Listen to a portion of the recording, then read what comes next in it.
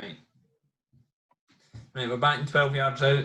Not get any celebrities with us, so we've brought our own pals back. We've brought Jordan Carlisle back for part 2. Cheers, Ben. Joined by Hamish Carton. Hi, Ben. It's been a wee while, hasn't it? It's obviously we're getting the band back together slowly but surely. We'll maybe have somebody from London on in a wee bit. Who's that? I don't wish to name him. Don't want to embarrass him. He's an international man of mystery. But talking about the footy ball, there's been a lot happening in Scottish football over the past few days since we all last spoke. Probably the biggest one, I think, for all of us is Hearts and Daniel Stendhal and Robbie Neilson. It's just been a bit of an utter mishmash of chaos at Tynecastle. Brilliant. I've loved it. Why is that? It's been, well, I think a lot of the chaos hasn't really been chaos. There's a lot of stuff that came out about, like Hearts no mentioning Stendhal leaving them. And Budge was in the radio 2 or 3 weeks ago saying he's away, he's not got a contract. So I don't know why folk were quite surprised when they decided looking to replace him. Bringing Robbie Neilson back is just an absolute banter move. That is good. I think Daniel Stendhal's away, by the way. Like, he had some good ideas. I thought, I think his recruitment was a bit shoddy. Like, he brought that Marcel Langer boy in, didn't he, for Schalke, and done bugger all and a couple others. But I quite liked his style of playing stuff. And I think it was the derby that I seen them in, the one where they battered Hibs. So I think he had the right ideas. He's sort of I think he was the right guy, wrong time for them. Yeah, when I was looking at the kind of replies to the tweet, I can't remember. Daniel Stendhal posted a tweet, didn't he? And he posted like his English version and a German version below it. And one of my pals kind of speaks some sort of German, and he made some comment about them not quite linking up. There was no mention of relegation in his German transcript. So I don't know if he's just hoping that, you know, the future suitors for Germany maybe don't quite pick up on the fact that he relegated Hearts or whatever. But no, the replies to the tweet I thought were quite positive actually. Like, obviously I'm not a Hearts fan, so I didn't really know what the kind of perception was to Stendhal, and obviously the fact that he took them down. I know there was, you know, extenuating circumstances, but he was a manager who effectively, you know, took them over the line and got them relegated. But the vast majority of the replies were, you know, thanks, you'll always be welcome back at Tynecastle, thanks for coming in, you did your best, you tried your hardest. And I don't know if that's just because of coronavirus. I think if he'd probably finished bottom of the league in a 38-game season, it would maybe have been different. But he did have some good wins. Like, he beat Rangers twice. Beat Rangers twice. Hibs as well, away from home, 3-0, 3-1. A few other good wins as well. But it was just a consistency all season with Hearts. But no, as James says, I think getting what do you call him, Robbie Neilson in is pretty funny. But a good move as well, I think. I was going to say that about the tweet actually, that I noticed that as well. You know, it was quite positive underneath, but that was quite a big contrast to I was at the St Mirren game that they lost before the whole shutdown thing, and they were not happy with a lot of stuff that he did. He made a sub after about 60 minutes, and the whole place erupted in the corner. They, you know, really weren't happy with what he was doing that day. But like, Hearts is a bit of a strange one. I don't know if Neilson will, what players they'll retain, what they'll need to get rid of, but like on that day, they basically had at one point Naismith, Washington, and Liam Boyce up front against St Mirren, and they still barely had a shot in the whole game. So there's something weirdly wrong there. You know, they have 3 players who, albeit, you know, Naismith's the best in terms of pedigree, but like technically 3 international strikers on the pitch, and they barely fashioned a chance in the whole game. So yeah, I don't know. I think he did do some decent stuff, but again, it's hard to see, you know, how that, you know, the level that Hearts team should be getting at. They should be playing a lot better. In the games against Rangers, you could see that, and I think a lot of the time we'll talk about how Rangers and Celtic, when they take the pitch, are clearly better in pretty much every position than their opposition when they're playing in the league. But I think in some of those games against Hearts, there was some good matchups, some physical players, some decent players that Hearts have, and they were just nowhere to be seen across the season, whether that was with Levine or with Stendhal. And Nielsen's a very brave man for taking that on. Is he? But it just seems a bit safe for me. Like, why? I don't get, especially like if they had the plane and all that flying over Tynecastle, didn't they? After he left, and he was sort of did it by fans, and fans are still split on him. Fans don't know what they think. I don't know. There's more kudos for Robbie Neilson to win the championship with Hearts than there is to fight relegation with Dundee United. I don't think he fights relegation with Dundee. Yeah, that's exactly. See, I think that Dundee United team, well, I think a lot of it does hinge on Shanklin, but there's some good players in that team. I don't think they'll be in any danger of going down if they kept that team going up. I think like they so clearly were the best team in the second division, and you'll have teams going up. I know, like the talk every year, will Hamilton be able to stay up and all that, but they're shedding players during this. We're playing we'll have youth team players on the bench every week. I can't see how that Hamilton team is better than a Dundee United team that play decent football and have a goal scorer in Shanklin. You have Nicky Clark, like when he comes back from injury, he's had his obviously struggles when he was at Rangers and stuff, and maybe not scoring consistently enough. But another guy to foil, to play a good foil for him and potentially score goals. I think the goals in that team, some decent defenders. I don't think they'll be in any danger. So that's why I thought it was particularly strange, because that's a team we could go up and then also achieve more things with, whereas dropping down to Hearts, surely the whole point is he's been banging his head against the wall trying to get them out of the championship, and then he achieves it, and a couple of weeks later he's like, I'll do it again. I think there's October.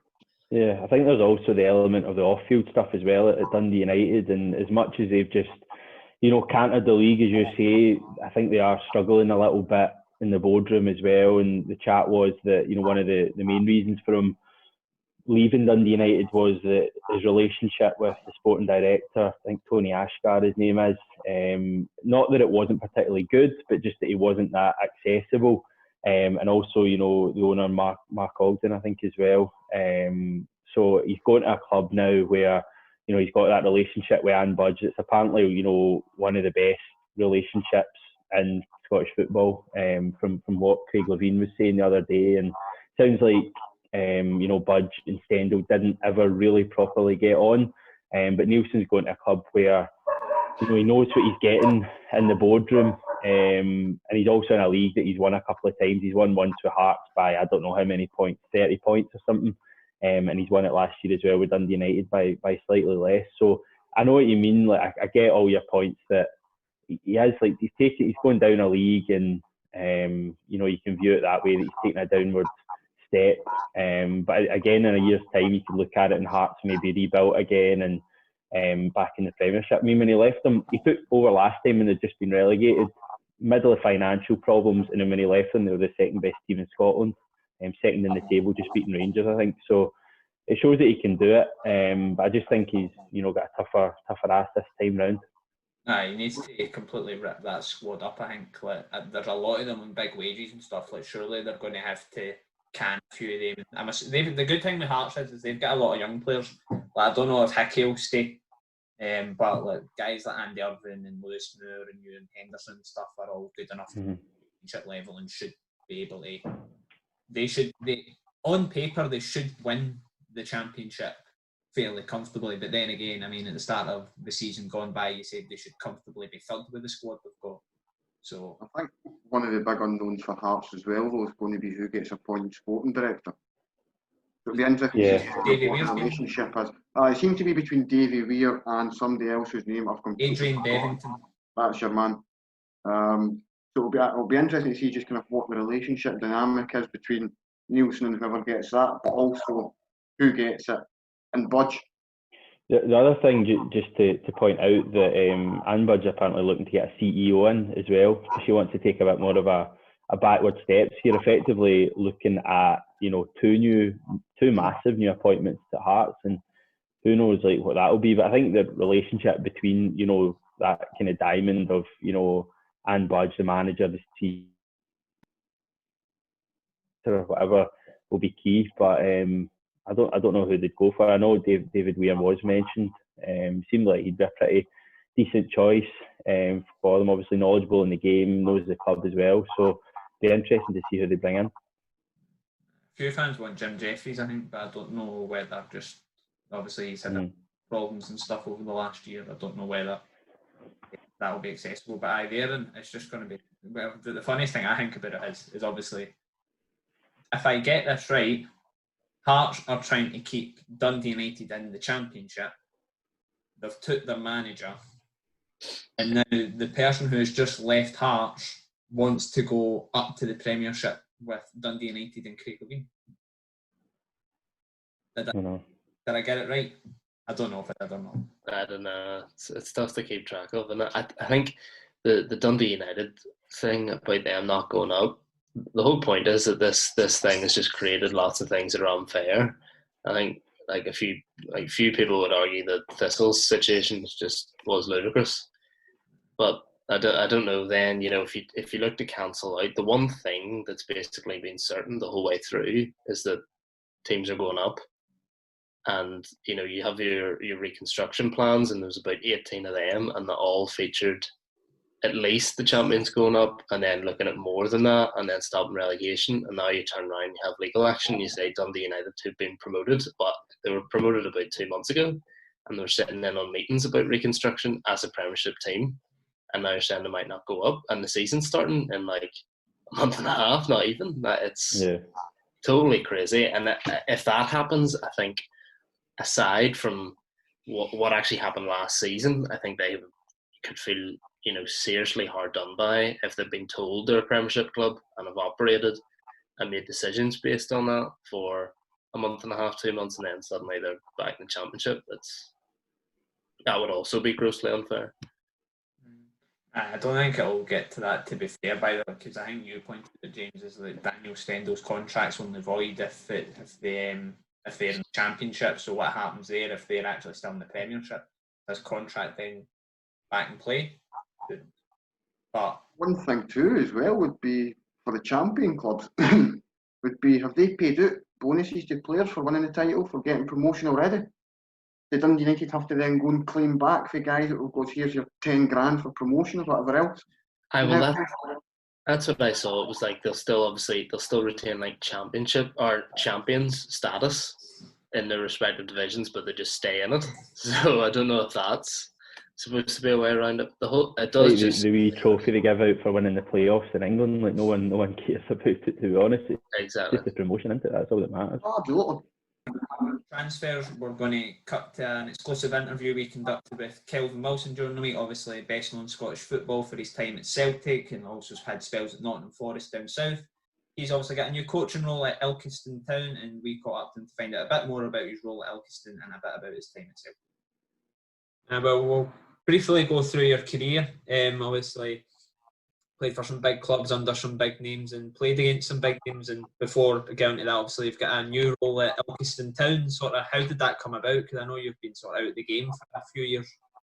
Yeah, I retired 3 years ago. Just basically fell out of love with the game, It wasn't enjoyable no more. I had a few injuries as well.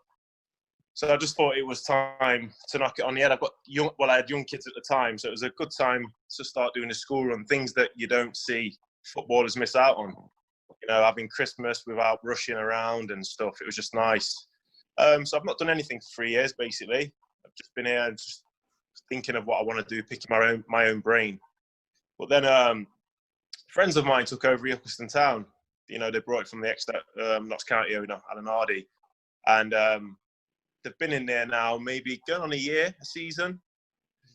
And they've got big plans for it. They're investing, they want to go places with it.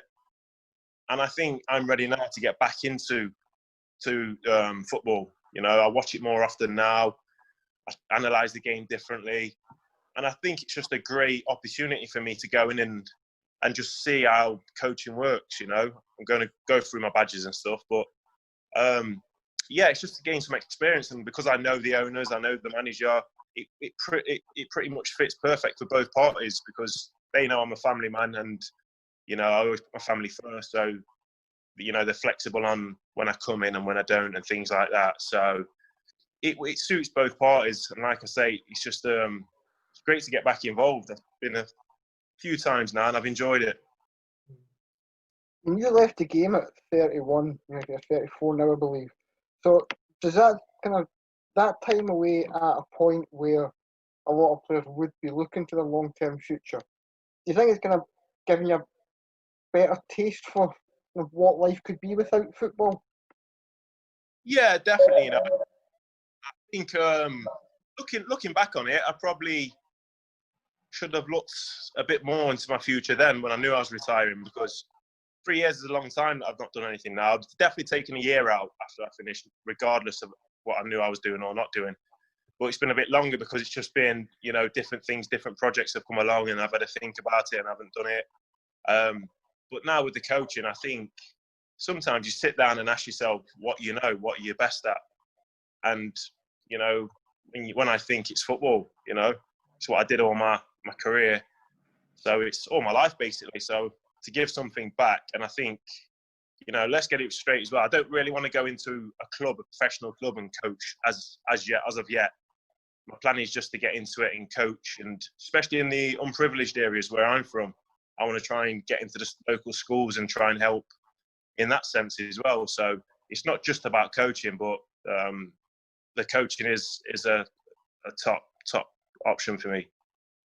I think you obviously do get a lot of that. Coaching is what a lot of players do aspire to do, and I know doing media work and stuff's a big thing now as well. But I think actual education on top of that, because I know you've obviously got the football schools and things like that, and we were speaking to David Raven, who used to play up here as well, and that's sort of the route he's went in, because I think actually educating these young footballers is probably not just on the pitch but off the pitch is just as important. Yeah, definitely. You know, I look back from when I was at school, and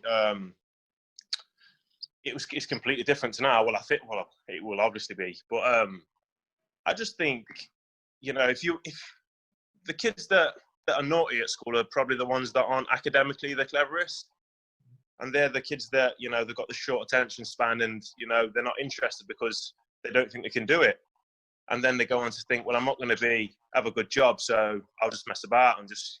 But it's just try to tell kids you don't have to. You know, being academically clever is really good, but in the trade nowadays, it's a great business to have as well. So not just to stress the kids to do your work and stuff, but to look beyond it. Don't just think because you're not reaching grades to go and be a doctor, is it going to stop you in life, you know? So just to talk to kids and help them in that sense as well. And moving on to some of your, obviously, career, you were started at Notts County. Obviously, you're from Nottingham. Were you Notts County or were you Nottingham Forest when you were growing up? I was Forest fan, yeah. So I was Forest. Playing for Notts County then, few divisions in the family. Yeah. To be fair, I started as a kid. I was 13 when they scouted me, so I was there from the age of 13. And then by the time I got to the age of 18, they sold me. So I think I played about 80 games or something, 90 games for the first team at the age of 18. And then they sold me on to Preston. So I had great times, though. When I look back now, my youth team days at Notts County were brilliant, you know.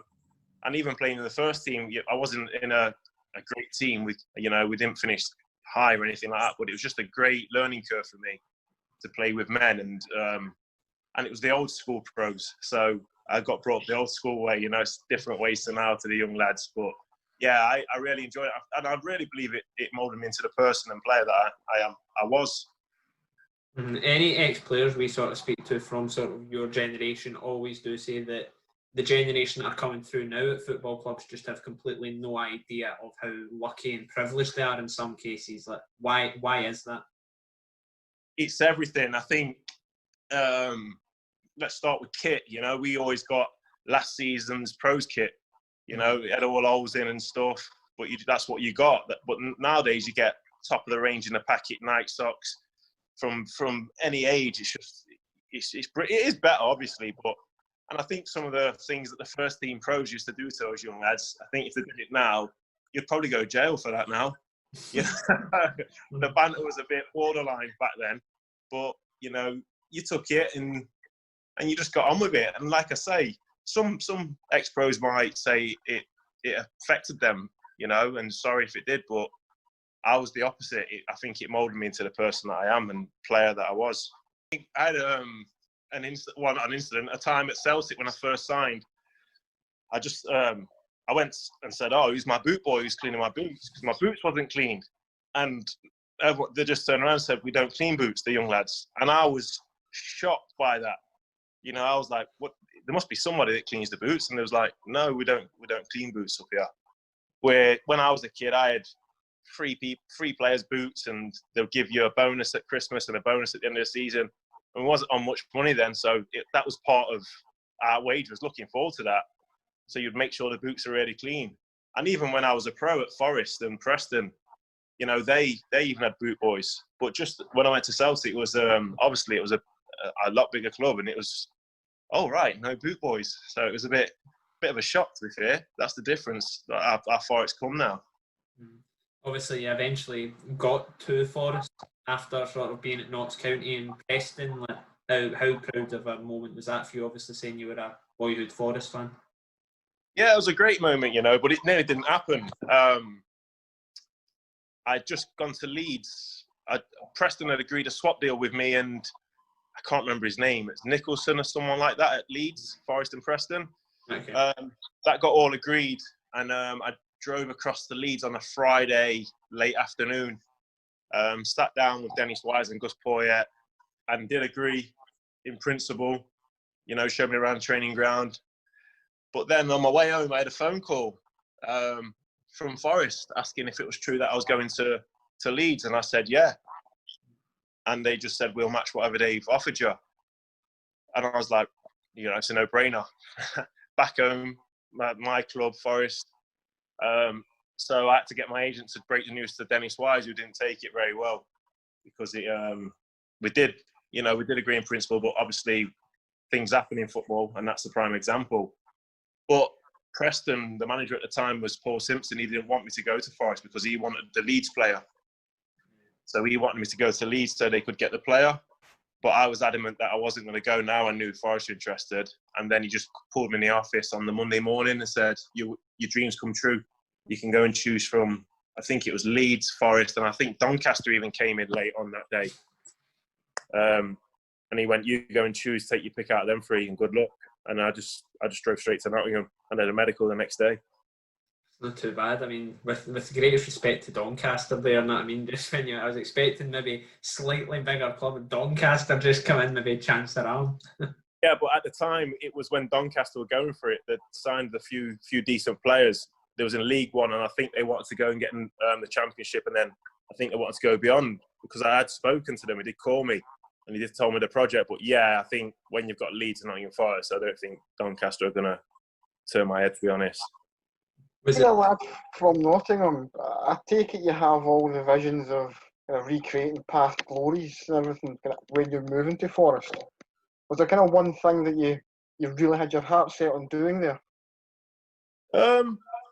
Yeah, I think to get to the Premier League, I went there when I was in League One, but I remember when I was signing for them, the team on paper, because I knew a lot of the players in League One and Championship, and a lot of the players that were at Forest when I'd signed were Championship players. So I thought they must be having a good go to try and go up.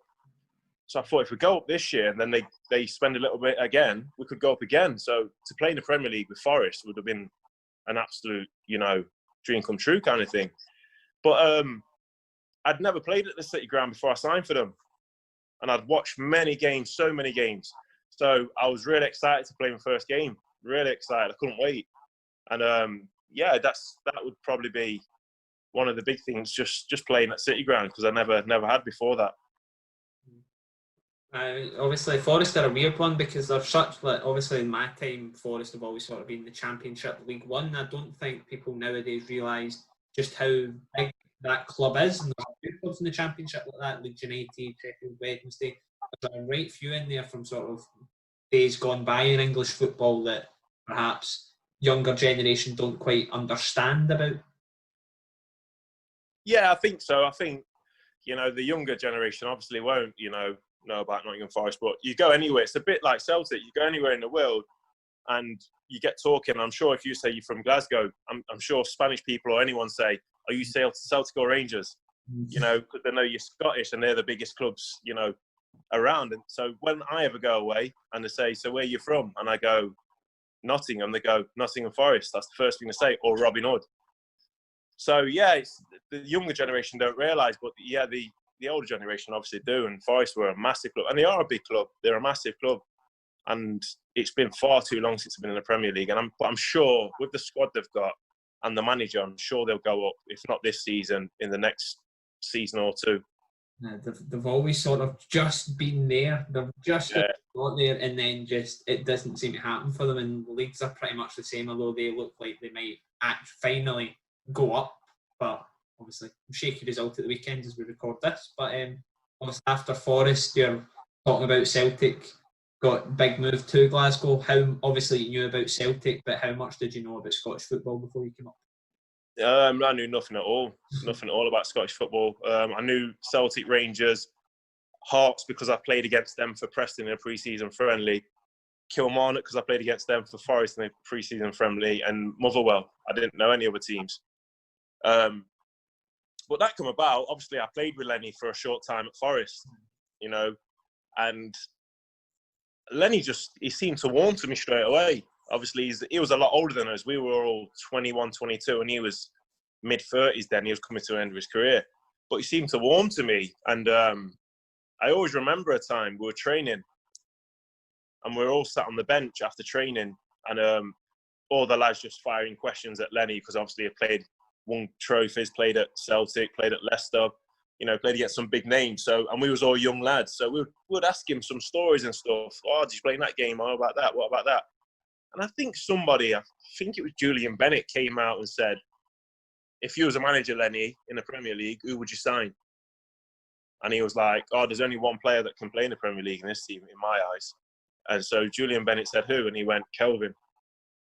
So that was, obviously, I thought, oh, he rates me as a player. Then he's seen me play a few times. I played with him.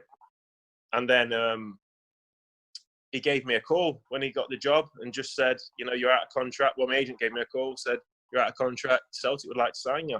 And I've just played a great season for Forest. And to be honest with you, at first I wanted to stay at Forest. That was my plan. But what they valued me was pathetic, to be honest. Especially after the season I just had. I had quite a few teams interested. So Lenny came in, went up to Glasgow, watched the Old Firm. I think they lost 2-1 though. Couldn't believe the atmosphere. I was like, Jesus Christ, what's going on? Had a night out, had a look around Glasgow, and yeah, I came up about 2 weeks later to sign. That's probably the last night you spent in Glasgow, because one thing I always hear Celtic and Rangers players saying is once you play for Celtic and Rangers, your social life is done in this city. Honestly, I think I was there for 2 years, and I had maybe 4 nights out with the lads. You know, I went out with the missus quite a few times for dinner on Ashton Lane because I lived in the West End. And it would only be in the week. I'd never go out the weekend. So we'd get left away. You'd always get one that would come and say hello or want a picture or something. But on one of the nights that I had with the lads, you know, because security come out with you. The security guys at Celtic would come out, take the lads out and stand with you on a night out. Couldn't believe that as well. I thought, Jesus. But I tried to get a taxi one night, come out of a club, tried to get a taxi. The guy's put his window down. And I just got, oh, can you take us to the West End? And he's looked at me and said a few words, put his window up, drove off, and I seen his Rangers kit in the back of his car, and I thought, oh, no wonder he didn't want me in his taxi. That's something you said. No, it's definitely, I think Celtic are one of those clubs. Have you kept up to date with sort of how they've been doing sort of over the past few seasons? Obviously. Yeah, ever since I left, I watched the results. If they're ever playing, can't say I'd watch the full game, but I always will flick on and see how they're getting on. But yeah, since I left, from the day I left, I always look out for Celtic results, always. So, is there any of the guys that you played with there that you still keep close in touch with? I wouldn't say close in touch, but I spoke to Brownie maybe 5 or 6 months ago. Spoke to Brownie. But other than that, no. If I seen them, I obviously would have a good chat with them. But you know, no, I don't really keep in contact with any of them apart from Brownie. Yeah. Obviously, Neil Lennon's back in charge there, and it looks like obviously you'll get to state your claim as part of the 10 in a row players. But it just seems to be like he seemed to be, don't want to say immature as a manager then, but definitely still finding his feet a bit the first time round at Celtic, but this time he just seems to be much more mature and sure of what he's doing. Yeah, I think that obviously comes with management. It comes with playing. The more you do it, the more confident you get, the more used to it you get, and the more settled you get. And I think obviously Celtic being his first job, I think his first, he was the under reserves manager or something, but it was his first job. So for that to be your first job, it's like, wow, it's a massive job. So obviously he might have been under pressure at times and felt under pressure anyway. But I just think what he's done is unbelievable. And I get sick of hearing people say, yeah, but it's Celtic, they win everything. It's not as easy as that. I've played in games where you're dominated and you just can't break them down because, coming to Celtic Park, they'll just sit behind the ball and then they might nick a goal or something. So it's not as easy as everyone thinks. It really isn't. And I think until you've been involved in it, that's why every player that plays for Celtic will never say, oh, yeah, I had a jolly up there. It was easy. It wasn't. It's mentally hard more than maybe physically hard, but it's really hard because it's a demanding club, and rightly so, because it's just a unique club, a unique football club. I've never seen anything like it. Just before I let you go, I appreciate your time. Obviously, the conversations in football just now worldwide really is sort of the Black Lives Matter stuff. Obviously, we've seen in the Premier League with that movement, and also there's been a discussion sort of on black ethnic minorities in coaching. As somebody that's just sort of moving into that now and moving back into football with Ilkeston Town, how do you sort of view that movement and how powerful do you think it could be for change? I think there's got, I can't like me commenting on something that I don't really know. I think now I'm getting into coaching. I've spoke to the FA and people are there, and they're more than helpful to get me involved with clubs, professional clubs. I've opted out of that option because I want to maybe do it at this level to see, for one, if I enjoy it, if I want to do it long term, and two, if I go into a professional club or something, it's put me into the deep end, really. You know what I mean? So to be able to have this opportunity with Ilkeston's great. Come in and do as and when I can, but until I'm trying to get a job at that level, I can't really comment on how hard it is or it isn't. I hear people always saying that there needs to be more black coaches. Yeah, I totally agree. First and foremost, you've got to be good enough. We can't just say we just want these jobs because Black Lives Matter.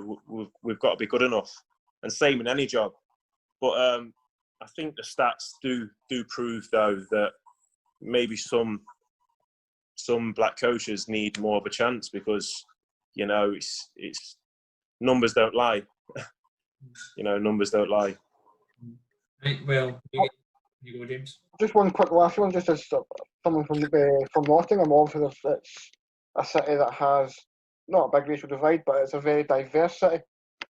Do you think, having came through and kind of lived that dream for a lot of people, you can be an influence for a lot of ethnic minorities and black people in the city?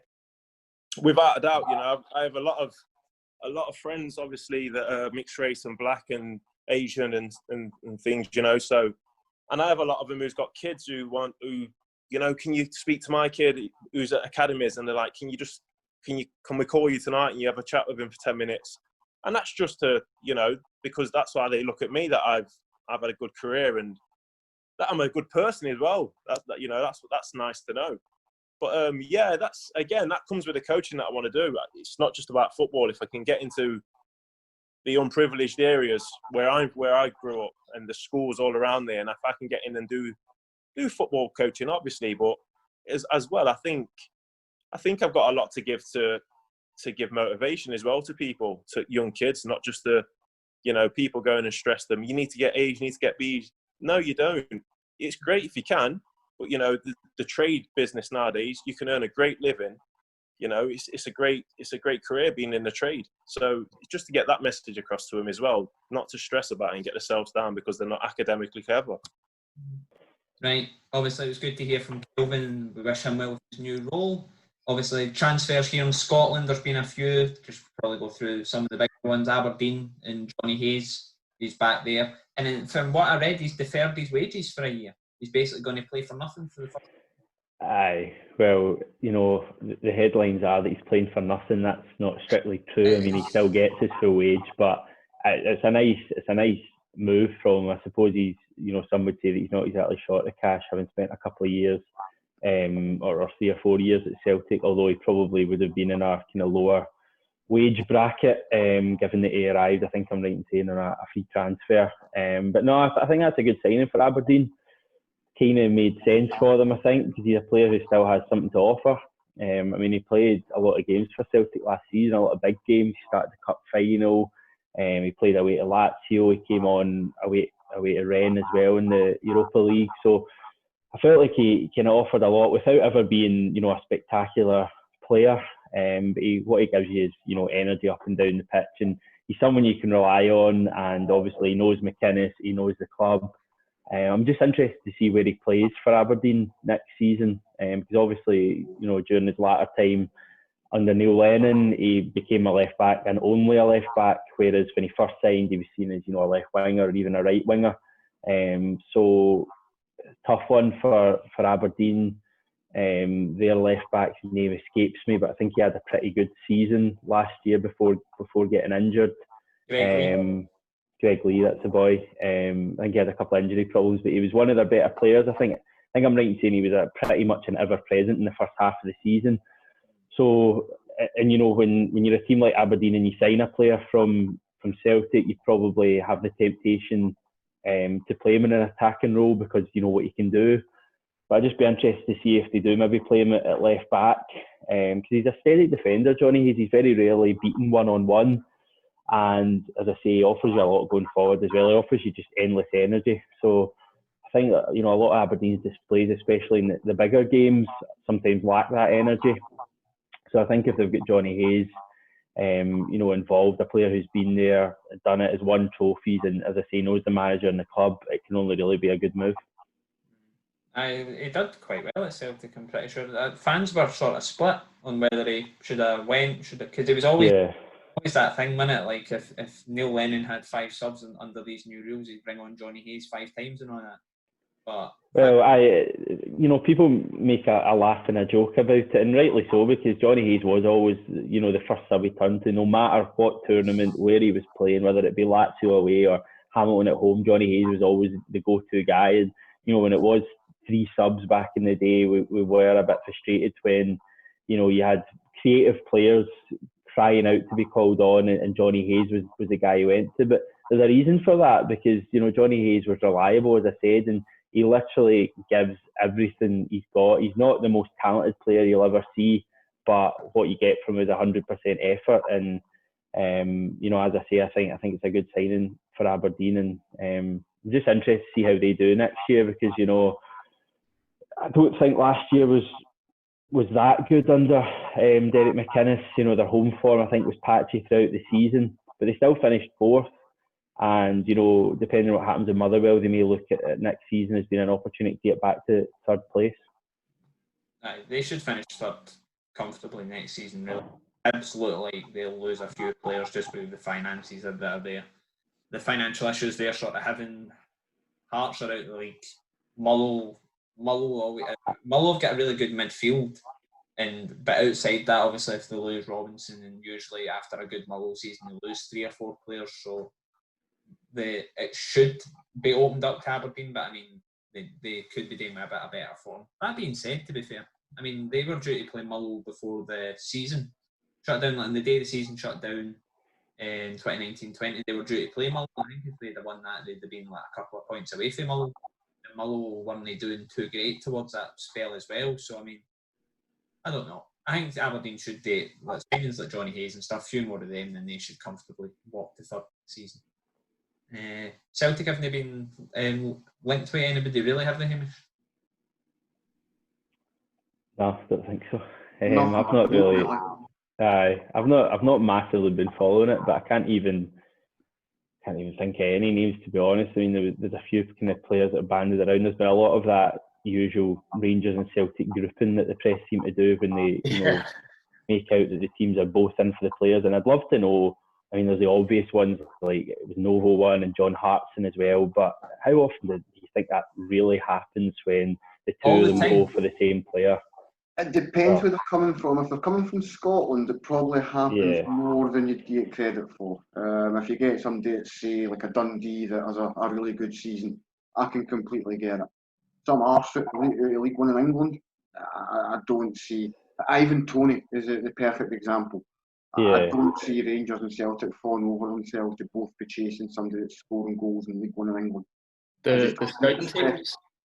The scouting teams must know each other really well. They just must go and sit down. You know, it's a League 2 game in France, so they're like us. Keep seeing it. Those are the ones that get me. Like a League 2 striker, and no one's even heard of him before the article. But apparently Celtic and Rangers are both in for him, and they both want him, and they're going to battle out to the death to sign him. But no, and answer your question, Ben. Nope, I don't think we've linked with many players. The chat is that it makes sense for us this summer to probably look at players that are already on our radar or were on our radar before this whole coronavirus thing, because obviously the same with every club basically, scouts haven't been able to go out and see players over the last 3 or 4 months. So the old names in Scotland, Hickey, Turnbull, sorry to say it to you, McKenna as well has been mentioned, but I don't know. For me, more important at Celtic this summer is keeping what we have rather than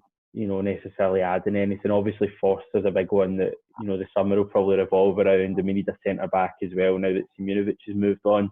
But the team's in good health, I think, and as long as we don't lose a player, like a big player like an Edward or someone like that, then it sounds daft to say it, but I'm kind of relatively happy with the squad. You've got a centre back at the club. You could fill in there. He's an Israeli international. If he can stay fit, maybe. Aye, well, that's the thing. Turnbull, I mean, see if Turnbull moves this summer, I'll be shocked, to be fair. But I know, so will I. He needs to play for Hull.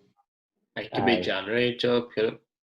If he does well, it could be January. But he's not kicked a ball pretty much for over a year now. His last full game, his last start was May 2019, and by the time that'll be August. You know what I mean? So, and he's also had I think it's all fine with now, but he had more surgery after the shutdown as well to get pins removed for his knee. So he's had another round of surgery as well. I think that was going to happen anyway. So it's a bit better because he's been able to have it early and he's been fine to come back straight into the season. But after a couple of knee surgeries, you know what I mean, you don't know. He looked a bit rusty, obviously, after being out for 8 months when he initially came back, but it'll be interesting to see sort of how he does. Because he's got a good, Alex Allen Campbell's round him, Liam Donnelly, Mark O'Hara signed during the week. Aye, that's a good signing, isn't it? Getting him on a permanent. Aye, Mull are next on it. Mull have been really busy. Mull, interestingly, are signing people more so this season from the Scottish market. Now, I don't know if that's just because of the way the COVID-19 stuff's panned out, but Ricky Lamy, Jordan White, Scott Fox is probably the debatable one. You're saying your team. See, he's a backup goalie, right? Because Trevor Carson's going to be Mull's number 1 this year. See, he's a backup goalie, Scott Fox. Who are you going to get that's realistically better? Wages. Andy Firth. I will play a Premiership game before Andy Firth does. He made an appearance. He made an appearance last year, or 2, not last season. The last day of the season before that, Fotheringham was either. I think he was injured, and he came on and fetched a penalty out in it, and then Ford was injured, and McGregor was suspended. Was he not? Yeah. See, to be fair to Andy Firth, would I take being third choice at Rangers, probably earning a very comfortable living? That sounds all right. Decent. Aye. But back on Mullow, I mean, I think squad's fairly decent in terms of Mullow are probably one of the only clubs, one of a few clubs anyway, that have pretty much been able to go about business as usual. The transfer business Mullow are doing probably going to be much different in normal times compared to now. Yeah, the midfield I think is decent. And Polwarth's still there then? He's long-term deal? He was signed on a 2 or 3 year deal last summer. But I think, as is with Mull, that it'll be very.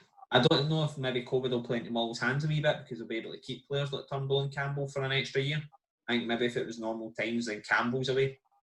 But they've not really. Mark Gillespie's probably a big one, but his loss is lessened by Trevor Carson being there and losing Hartley and Tate. Mull probably need a wee bit of experience somewhere. But apart from that, be fine. St Mirren, Jack Alnwick, another one of Rangers goalkeeper. Scrap. How many goalkeepers have Rangers got, by the way, or had towards the end of that season? They had loads. If we're going to include a couple of the younger guys, Rangers had 7 senior goalkeepers on the books. McGregor, Foderingham, Andy Fuff, Jack Hannock, Robbie McCrory, Kieran Wright and Aidan McAdams. Wow. Will he do? What was Jack like? Will he be alright for St Mirren? He'll be decent enough for St Mirren. He's certainly not a like-for-like replacement for Hladky. Definitely not. It's sort of downgraded in that one. But he'll be fine for the buddies. But he's a kind of run-of-the-mill, bog standard keeper. He's nothing special right at home, but his distributions, no anything great. He's bog average. I thought that was just a very weird one. I thought every single signal pointed to him like leaving behind what was a fairly inauspicious time in Scotland and then going back to England because he was injured. He was at Blackpool and was injured, but he stayed in Blackpool. Or it wasn't even. I think he'd broken an arm or something, so it wasn't even as if he could properly do rehab. So he just essentially went home and was there for months on end. I just assumed, because that wasn't his first. He was at Scunthorpe before that, and I remember talking to one of their fans, and he was saying that he was actually a pretty good shot stopper, which was handy for them because that's when they were down the bottom of League One and they were getting battered every week. And he was like, we're losing 2-0, but if we didn't have him, it'd be 6. But that he was actually not very vocal when it came to defending corners and crosses and that sort of stuff. So a good shot stopper, but a guy who didn't really marshal the defence and was a bit ropey from corners. Obviously, we didn't see a huge amount of him here, but yeah, I can't imagine it'll be a bad signing for St Mirren, but it is a downgrade because I thought Hladky was brilliant. So, obviously, the other one that I don't know how interested you will be in this, but the other one St Mirren assigned is Richard Tate. Have you sort of seen the stuff with him and Mull? Sort of. Yes, having seen both sides there, I completely agree with Motherwell. Right, basically, like, I had been told that Tate basically knocked back offers in like January, February time to stay on. And the way he went on BBC Scotland essentially after signing for St Mirren and said, Mull basically offered me this deal, I signed it, and then they tried to renegotiate it after I'd signed it. And he basically left on quite, I don't know if it was bad terms, but it certainly wasn't great after like 4 years, and there was a bit of questions over Mull's responsibility over. Obviously, Tate was one of the longest serving players there in terms of a senior pro, and then to leave in that sort of fashion perhaps left a bad taste in the mouth. But Mull then came out and put a statement that basically explained their reasoning behind it. And I've not got it word for word, but it basically not discredited Tate's stuff, but it certainly provided context to the situation. Basically, sent back a rescinded contract offer. He'd been sent a contract which was unsigned by Motherwell. And then been, like, they'd had their talks, they sent him an offer, took it off the table. He then decided, I can't get anything better just now. I'm going to sign this after all. And Motherwell went, no, fuck you. Quite rightly. It very much gets the impression that he's tried to play the market and see what he can get. And then when he's been left with nothing better than what was on the table, I better try and grab that. He'll be anyway. But yeah, so we've got Ross Kent who've made a few signings. Obviously, the one news will probably be interested in Stephen Kelly going there. It's going to be a big season for Stevie Kelly. He had a really good year here last season, so it'll be good to see how he does. It's an interesting contrast between him and Ewan Henderson. Obviously, Celtic, like he went up there. I'd say he's a similar-ish player in terms of standing at the club he's at and how they think of him going forward. But he went up to Ross County and he just never really kicked a ball, really, after looking quite good at Celtic in the early stages for a season before last. Who else did County sign? Because there was another one I looked at and thought that was a good signing, I'm sure. Conor Randall. Maybe that was it. There was another one they announced this morning, literally 10 minutes before we started recording. I'm going to absolutely butcher his second name here. Alex Pavetti. Who? Don't make me say it so many times. Alex Pavetti. I think I'm just saying that as I'm fucking spelling it. That's probably not how you pronounce that. Phonetically. Yeah. But they signed him, Scotland under 21. It's to me, and Rangers as well. Rangers signing John McLaughlin. That's the other big one. I think on Kelly, I think that's a great move, because you have the situation, I think, where Rangers got themselves into a point where there's guys not playing the team, and then they're punting them off to League One for a season. But what they actually really learn from that, I think, is minimal. Not necessarily. I mean, these are normally senior players, with maybe the exception of McCrory, who is a young, still development player who went to Portsmouth. But whether that's a lack of available loans in the Scottish Premiership or not, I'm not really sure anyone has paid much attention to it, because, of course, Doherty went down there and was Player of the Year at Shrewsbury and did really well, but that didn't actually help him in any way in terms of stuff at Rangers. But I think, although saying that, he was given a bit of a chance in pre-season and that sort of stuff, and in the early Europa League games, and then Gerrard decided that he didn't fancy him. But I think for Kelly, it's a natural step up from obviously doing really well in the Championship last year. He's one of the few players who actually played 30 plus games for his club. You know, he went on loan and actually did what it was supposed to be, you know, play week in, week out, cement yourself in the team. And he was a key player under a couple of different managers, because he had McCall at the start and then he left. But I also think with Ross County, it's a bit out of the way. It's a bit different. It's not, you know, he's not going to be able to, he's hardly going to be driving to and from there, from Glasgow every morning. You know what I mean? It's just a little bit different. It's not as far as going to England, but it's also in the Premiership. And it's further than going to England. It's further than going to England. He literally would be quicker going to Blackpool than he would be Dingwall. Yeah, but to me, then you're seeing how he performs at a relevant level, and how he can do in that. Ewan Henderson, who went on loan at County last year from Celtic, spoke about that, the fact that it's almost a different life up there. I mean, I'm sure they've got, you know, pubs and all that up there, but apparently there's not as much of a social aspect to being a footballer, and he spoke about that, and effectively, almost in a positive way, all you've got is your football, really, and you know, the camaraderie with your teammates. So I think it's an interesting move in that way, but obviously Kelly's gone permanently. But no, I think the point you make about, you know, the loans is interesting. Oh, Kelly's on loan. Is he on loan? So he signed a new deal to 2023, and then he's just away for the season. Right, okay, so that makes even more sense then, that he's gone up there and he can focus on his football. The point you're making about, you know, loans, and I suppose that the Kelly news goes against the point I'm about to make, but, you know, when they're talking about the Colts and all that, the possibility of bringing them in, and for me, it's positive for Celtic and Rangers, but probably not for the rest of Scottish football. I've been to Germany and seen my only ever experience of a Colts game, and it was a pretty, you know, horrible affair. There was no crowd there, and, you know, the team Stuttgart I was seeing are obviously one of the biggest, the size of the biggest fan bases in Germany, but there was literally about, you know, 50 fans there.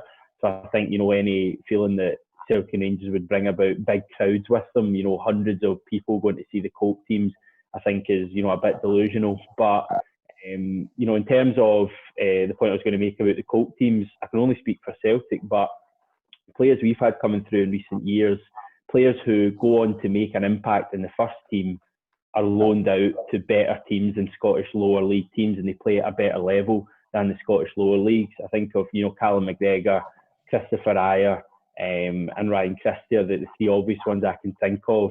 Two of them went to, you know, another Premiership team, and McGregor went down to, I think, Notts County, who were in maybe League One in England. So I can't think of the last Celtic player that went on loan to a lower league team and then came back and made a real impact and made it at the club. And to be honest, I can't think of any Rangers ones either over the last few years.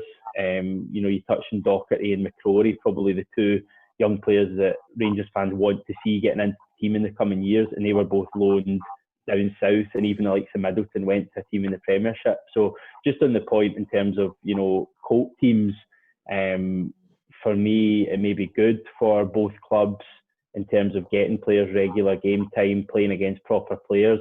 But I don't necessarily see it as, you know, a perfect solution that would suddenly bring more players through at Celtic and Rangers. But I'm sure James will probably want to come in on that, because I know he's quite big on Colt teams.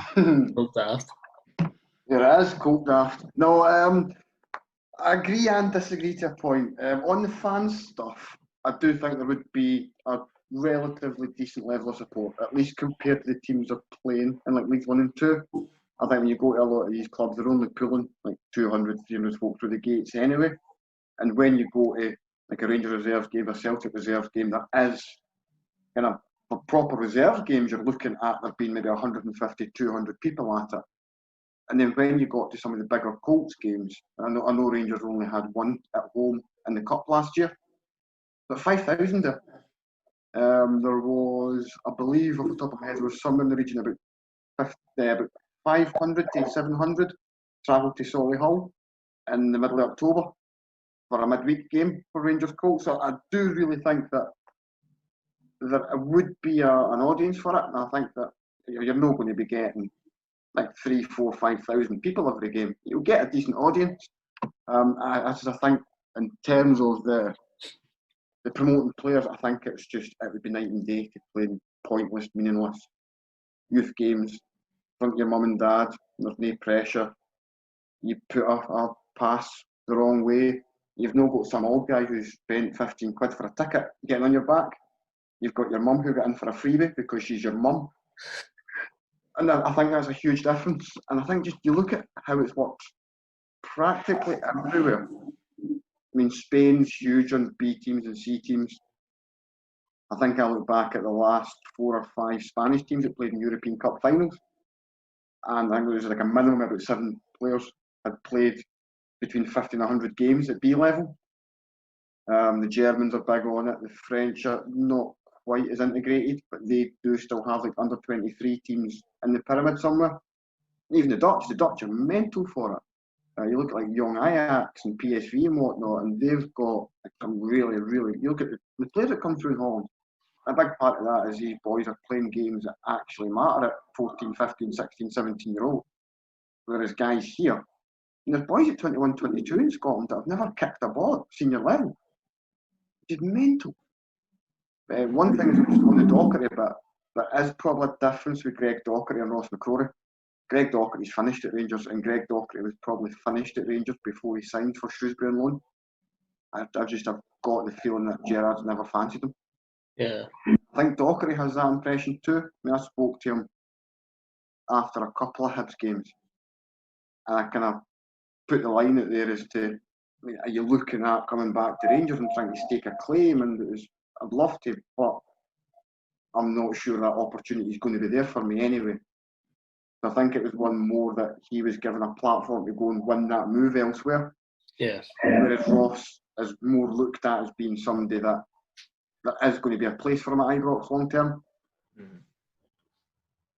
Do you mind at Hibs? Like every week he was there on loan. He get put out for press every week. It was the boy. I think he'd done like 2 or 3 weeks in a row just pressing. By the 3rd week, he like shattered. Quite good. He deals quite well with press, so I must say I've kind of had a couple of experiences of him. Radio station I used to work at had him on as a guest one night, and you know he speaks really well. He seems to be a level-headed young footballer. I think the vast majority of them that come through Hamilton I think they're given quite a good education at the club, you know, both on and off the pitch. I think, who's it? George Cairns is obviously a big part of that. I can mind, I don't think I've ever explained this on any podcast we've done, have we? I had a trial at Aki's when I was a wee guy. And you were 6? But no, not when I was 6, when I was about 9 or 10. I would play in boys club level, and Aki's sort of said, "Oh, do you want to come and train for a couple of nights?" And like George Cairns, at the time, would always say to you, "Oh, right, this is what the club's about. This is the type of players that have came through." Like he obviously very early on, as soon as you're in the door. I mean, I wasn't even in the door. I was there for like a couple of nights, but even from that very early stage at Accies, they tell you about what the club is and how you can go and succeed at that club. So that's probably Well, just to kind of take that back onto the Colts stuff, I mean, that's a big part of it that I think people miss.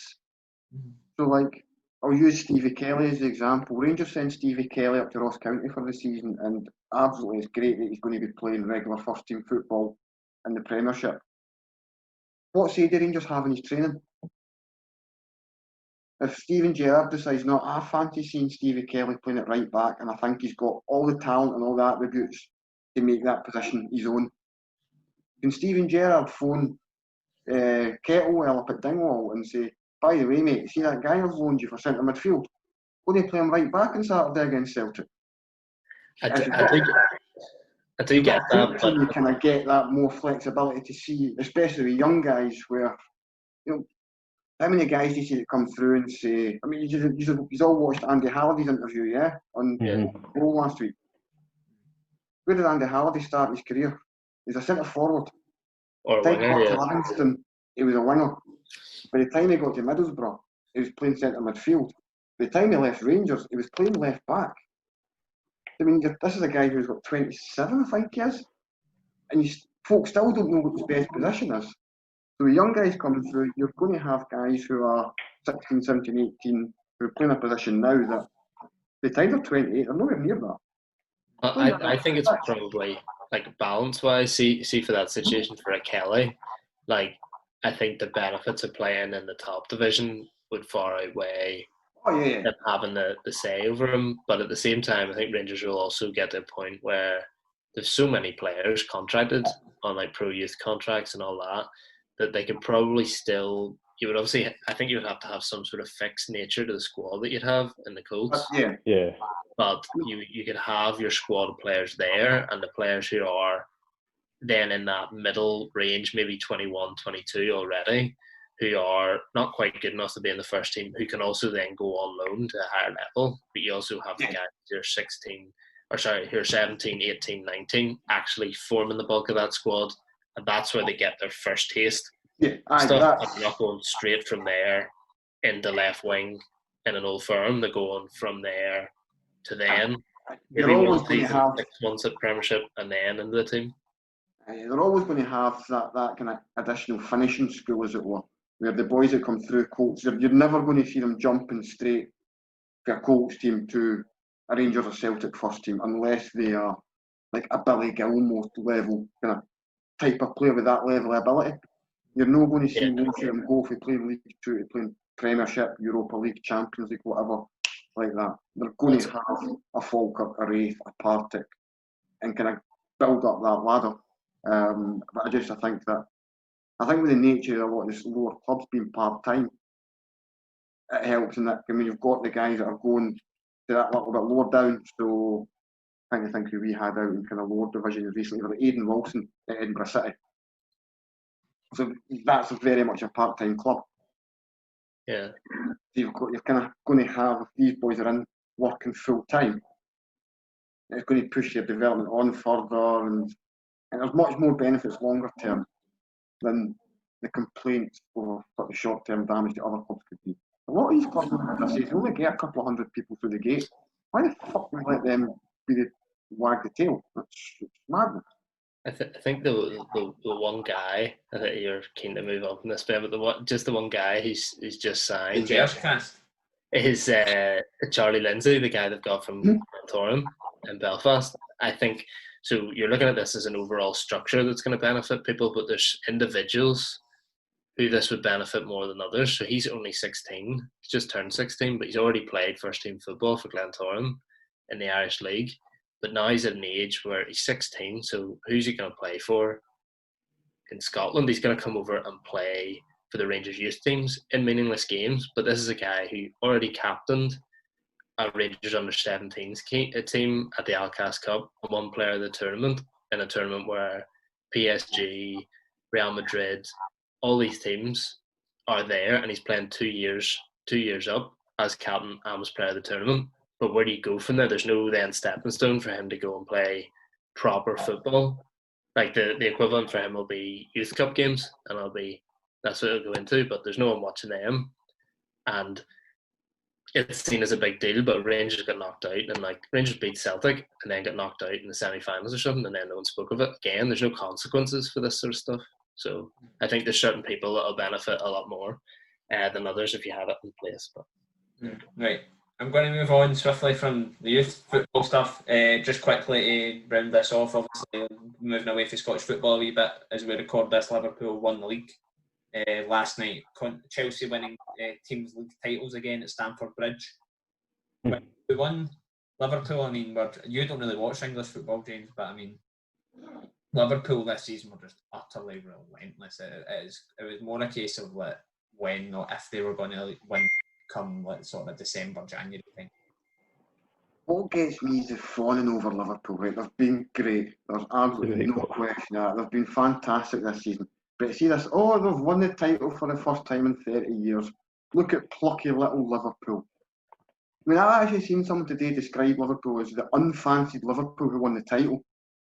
Unfancied? They won the fucking European Cup a couple of seasons ago. I mean, come on. We're not talking that it's like a Leicester where they've come out of absolutely nowhere and won the title. It's fucking Liverpool we're talking here. They're one of the biggest clubs in the world. And they've done this great underdog story. Come on, give me peace. they have been very, very good. Oh, they've been fantastic. They've played some brilliant football. Like, I really like the style of football that Klopp has his teams playing. And like, there's no question they deserve that title this season. Easily. But we're not talking the plucky underdog here, and I think they have been brilliant, and obviously people like pointed the front three, but their back four is brilliant. Their full backs are brilliant. The goalkeeper's brilliant. Van Dijk is. It's kind of amazing when you look at it. Sometimes when you look at the players that the old firm are looking to bring in, and the fact that he played at Celtic, and now he's so many people regard him as the best centre back in the world. Some like progression path for him, and they've obviously got a brilliant team. I do think that it's been a poor season from the other teams. I think Guardiola's had a shocker of a season considering the squad that he has. Watching them last night, like the problem it was poor recruitment because Laporte got injured and then they were stuffed, which is really, really poor at a club of that size. But I do think, the problem, since the stuff started back, I think the standard of the commentary's been very question. Everyone's really hyping everything up, sensationalising everything. But someone said, actually, I couldn't actually believe my ears. Someone said last night, we're so lucky that we have two teams at the level of Liverpool and Manchester City in this league. And that was like the eighth game City have lost in a season that there's still, 5-6 games left. And they're 23 points or something behind Liverpool.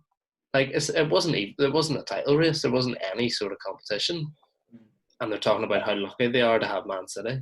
And I'm like, I think they massively underachieved. You've had United are in the doldrums for a while, and Chelsea, we're in a bit of a rebuild year. I think it will be different next year because they're bringing in Werner and being linked to a couple other really big players. Fernandes has been absolutely incredible since he's come into United. He's transformed them, and I think those are two teams that will actually play a part next year, and City will spend a lot of money, so it'll be a lot harder to keep it because basically Liverpool they've only lost one game, but part of that, and that's incredibly impressive, but they haven't actually really been under any pressure for some time, because of the failings of the other teams dropping points left, right and centre. But they have been brilliant, and if they keep together that quite a young squad, they could do very well for a long time.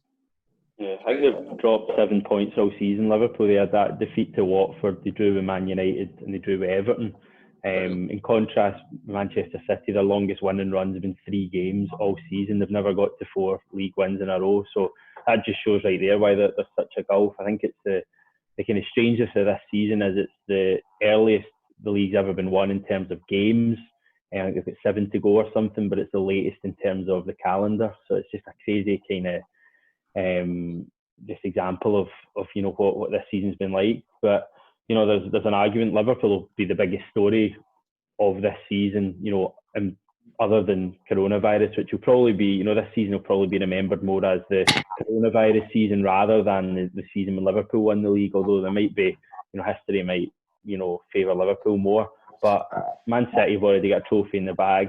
They, still going in the FA Cup and looking good in the Champions League. So they could end up winning, three big trophies this season as well. So I agree, Man City in the league have been really poor, and it's almost like got that kind of Pep syndrome that he had at Barcelona in his fourth season when the players got a little bit tired of him. They'd done everything, they'd won everything. And I think that Pep Guardiola is so intense with his players that he asks everything for them and he wants to control them in every way that you almost reach a point. And I'm not saying he's reached that at City, but I just wonder if he's reached a point where, he's starting to get, some views from the players that perhaps they want to change. So it'll be interesting to see if he stays on for another year at City, whether he wants to stay on and whether the players stay on or want him to stay on, because at Barcelona he had 4 seasons. The first 3 of them were incredible. I think he won the league in all of them, won 2 Champions League, and then it came to the 4th one and the team faltered badly and he ended up leaving. So yeah, it'll be interesting to see what happens, but they could still win 3 trophies this season, City, and if they win the Champions League, that'll be the big one for them. The Champions League almost matters more to them than the Premier League, whereas obviously Liverpool's the other way around. I think in terms of English football, Liverpool have been obviously had their best season in years, but overall the standard of the league's been poorer in terms of actual teams. Yeah. I'm not even sure the standard's been poorer. I just Leicester think are going to get Champions League football by the looks of it. It's been the consistency of teams that's really let them down. I think, see, on their day, I think you can take probably any team out of the top half of the Premier League and put it against any other Premier League side in history, and in a one-off game they'll beat them. I just think that everybody's really struggled to put together, like as you said about City, runs of 4, 5, 6, 7, 8 wins. Nobody's been doing that this season. There's so many teams in transition. I mean, Chelsea are in massive transition. Man United, Arsenal are just nowhere to be seen. And I saw someone commenting. What's that? Arsenal are a mid-table team now for me. I mean, that's exactly what I was going to say. I saw someone commenting saying, look, we're almost, because we've been hardwired to expect to see Arsenal in, the top 4 and certainly the top 6. But what's to stop Arsenal now from just becoming, a mid-table team? Because you look around their team and there's not a great deal of quality there, but the quality they have is all 30 plus. I think Aubameyang's 30 or 31. Ozil, players like that are just they're almost over the hill, and the young players they've got Bellerin and Tierney and a few others are yet to be properly proven. And on top of that, they've got a rookie manager, a manager who's obviously rated quite highly, but he still is a rookie manager. So I wouldn't be surprised if Arsenal are just lingering around that kind of part of the table at the moment. I think you're right. They probably are a mid-table team. Well, all jokes aside, signing David Luiz to a new contract is a sign that that's a club that aren't dead set on winning stuff, because they know they have a ticking time bomb in the middle of their defence and they're giving him a new contract. It just doesn't.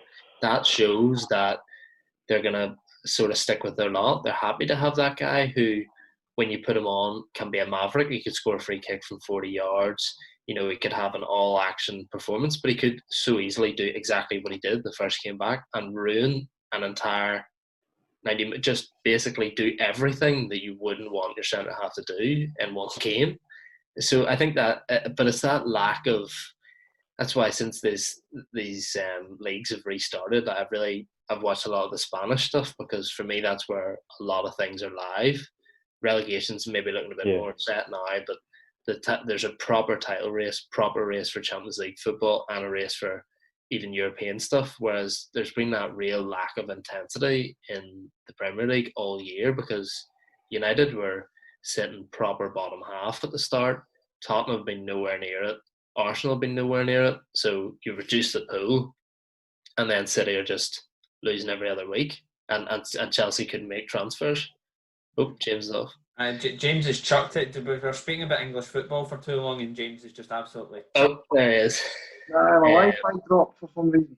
I thought you'd just. But yeah, it's just a total lack of intensity that's really taken away from the league. But yeah, I think there's no doubt that Liverpool are a proper team, and the rest have serious flaws. And I'd like to see that Liverpool team up against, and not to take anything away from them, but I'd like to see them up against one of the other great Premier League teams. It's obviously something you'll never see happen, but like the Arsenal Invincibles, or Mourinho's Chelsea, or Ferguson's United's in the pomp. I'd like to see how they'd get on, because for me, and it's easy to say, with the recency bias and all that, but they're as good as I've seen in the Premier League in terms of, they're 1 to 11. They've just, the thing that gets me about them every time I see them is they can hit you from anywhere in the pitch with goals. And, their two fullbacks probably get majority of the headlines, and rightly so. But even their midfield three, Fabinho, Wijnaldum, Henderson, other players can fit in as well. Keita, just goals from everywhere, and assists from everywhere, and then the front three as well.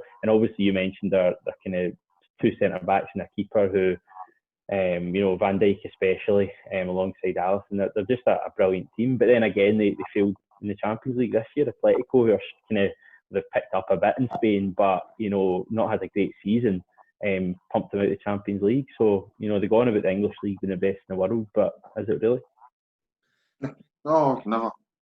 Definitely not this year. Like you could, I don't think you could even vaguely make a case for it, because it's so obvious how weak some teams have been. Never been the best league in the world ever. It's Scottish Premiership, isn't it? Yeah. La Liga. Scottish Championship, according to Robbie Neilson. Apparently he loves that league. He's stuck in that league. You've brought that full circle very well, Jordan. I'm impressed. Thanks, mate. Right, anybody get anything else to add? I'm good, my man. I think so. Brilliant. Right, thank you all for your time. Subscribe to us on YouTube, Podbean and iTunes. Until next time, take it easy.